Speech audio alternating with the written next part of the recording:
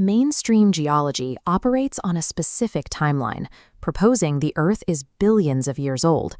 This entire chronology relies on a few specific methods of radiometric dating, measuring the steady decay of isotopes to assign ages to rocks and fossils. This timeline shows how carbon-14 dating functions. Carbon-14 decays rapidly, hitting absolute zero at a maximum of 100,000 years. Therefore, if a sample is truly millions of years old, its carbon-14 should be completely gone. The material must be completely C14 dead.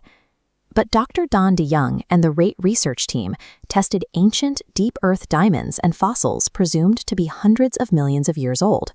Instead of zero, they found readily detectable levels of carbon-14 across the board. The academic establishment quickly blamed experimental contamination for the results. However, rigorous testing by physicists confirmed the carbon-14 was inherent to the raw samples themselves. The material still contained the very isotope that should have vanished millions of years ago. Astronomer Dr. Danny Faulkner notes a sharp intellectual double standard in response to these facts. He points out that prominent academics often mock the idea of supernatural miracles as unscientific, yet demand belief in a deep-time timeline that directly contradicts observable radiometric data. When the radioactive clocks built into the Earth's deepest layers give readings that contradict the age of the layers themselves, it creates a foundational conflict that the secular timeline cannot reconcile. Beyond the flaws in geological time, we see a similar contradiction when we look at the basic laws of physics, specifically the second law of thermodynamics, which states that closed systems naturally move towards disorder, not order. In the 1960s, a university professor presented a thought experiment to his advanced thermodynamics class. He told them to imagine a protective glass dome filled with non-reactive gas, all the raw materials needed to build a car. A mechanical shaft is then inserted to pump in a constant flow of raw energy. He then asked the class a simple question.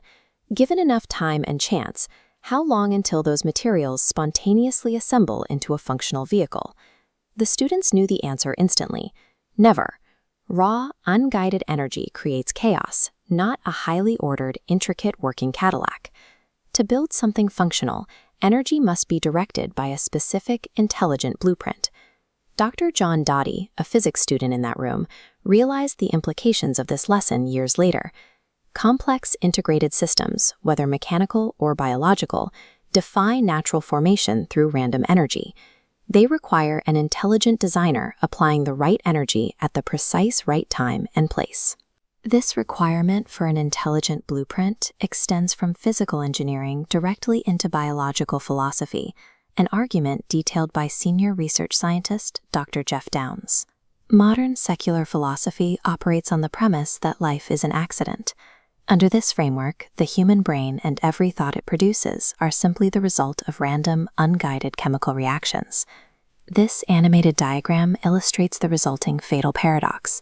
If your thoughts are nothing more than chemistry, you have zero logical basis to trust that your own reasoning is actually true. By removing the foundation for objective reason, evolutionary theory becomes a closed philosophical circle that invalidates its own conclusions. This abstract philosophical conflict becomes sharply real when experienced personally. Dr. Shem Dharampal was a thoroughly convinced secular humanist and atheist who viewed humanity as the absolute peak of random evolutionary chance. His work in nuclear medicine brought him face to face with the irreducible complexity of the human body, systems of integrated precision that medical science can map, but cannot explain through random mutation. Observing this level of biological engineering on a daily basis shattered his atheism. He concluded that this degree of integrated precision could not possibly be the result of a biological accident. But this realization triggered an intense internal crisis. He recognized his own flaws and brokenness. He saw that if humanity was the pinnacle of existence, yet so deeply flawed, the world was entirely without hope. Recognizing a designer changes the perspective on human nature.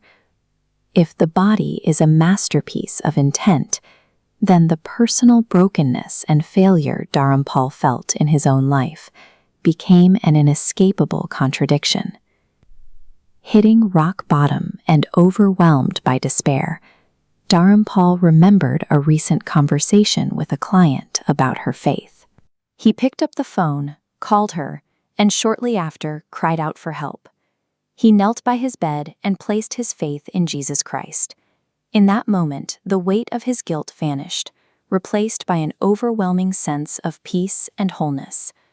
Whether it is the presence of carbon-14 in supposedly ancient strata, the rigid constraints of thermodynamics, or the irreducible complexity seen in medical science, the physical evidence consistently unmasks the illusion of random chance. True science does not oppose faith.